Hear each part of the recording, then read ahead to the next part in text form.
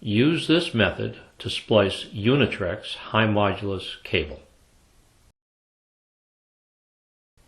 The tools you will need to splice UniTrex are a knife, heavy-duty wire strippers, tape measure, white or colored markers, twine, a clamp, and some chafe protection.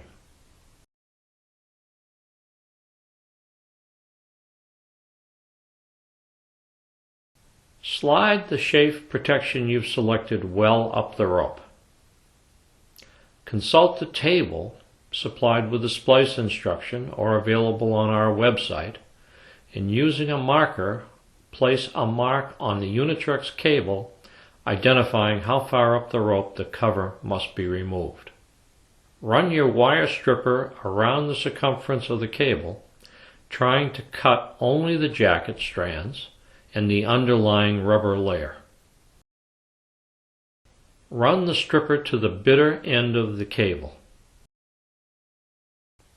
Bend the rope, exposing the underlying core yarns. Strip the cover off all the way back to the mark and cut it off.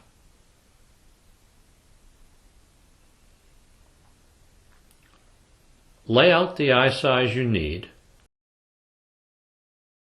Tape and then clamp to hold it in place while you continue the splice. Although it is not necessary, if you can support the cable between two tie-off points, the splice will go much faster. Separate the core strands into 4 equally sized bundles. Using your marker, mark up the cable the distances as shown on the UniTrex table. Make sure you are using the appropriate measures for the diameter you are splicing. Note that the table supplied also tells you how long the splice will be when it's finished. Wrap one of the 4 core bundles even with the marks you put on the cable. Keep the yarn bundles flat to make a more effective and better looking splice. Tape the bundle at the last mark. Cut any extra bundle material at the tape. Now repeat with the second of your 4 bundles, this time wrapping in the opposite direction. That is, if the first one was clockwise, wrap the second one counterclockwise. Keep the bundles crossing evenly and at the same intervals as your first wrap. Tape, cut as you did the first bundle. Whip the tails with twine. If this procedure is new to you, it's the subject of another video available at the end of this disc or on our website www.yalecordage.com.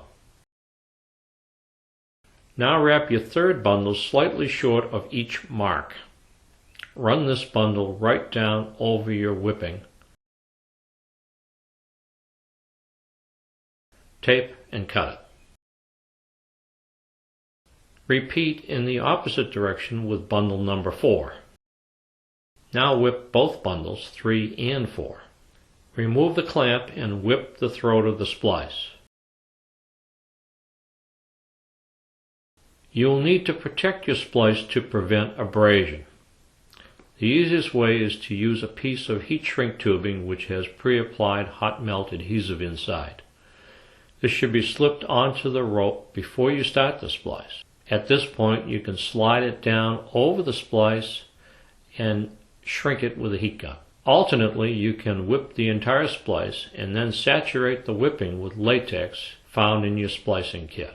Properly done, the UniTrex splice delivers the full rated break strength that you've seen in the catalog. Yale offers a splicing kit containing the items you will most likely need and may not have on hand.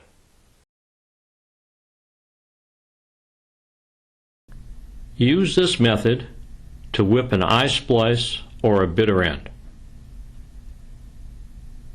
To perform this activity, you'll need twine of the appropriate size.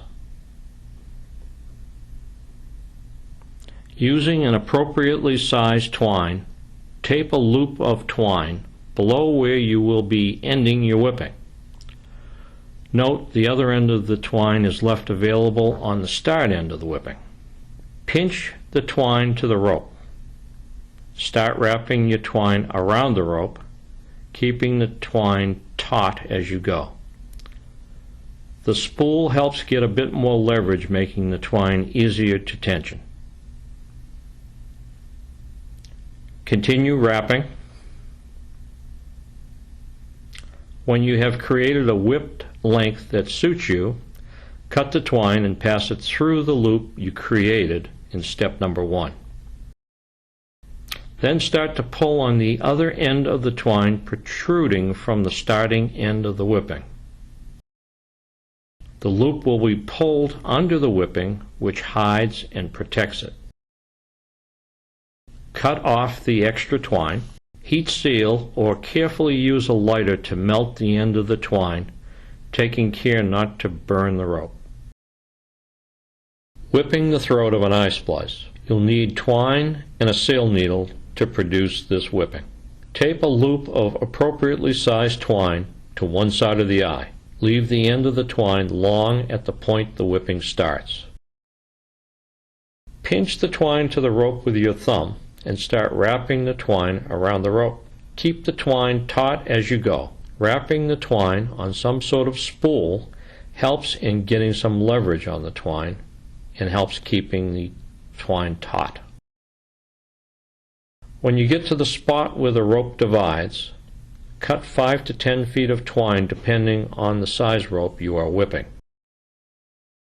Take the twine around one side of the eye, through the crotch, then around the other side of the eye, forming a figure 8 pattern through the eye. Repeat 3 more times. On the 5th revolution of the first leg, pinch and thread a needle over the end of the twine. Rotate the rope so that you can see the back side and insert the needle between the crotch of the splice and the first figure 8 wrap. Repeat this 3 complete times. After the 3rd wrap, run the needle through the loop you created in the first step. Tension the whipping from both ends and the loop will disappear under the whipping. Cut the excess twine. Heat seal or melt the end of the twine to prevent raveling.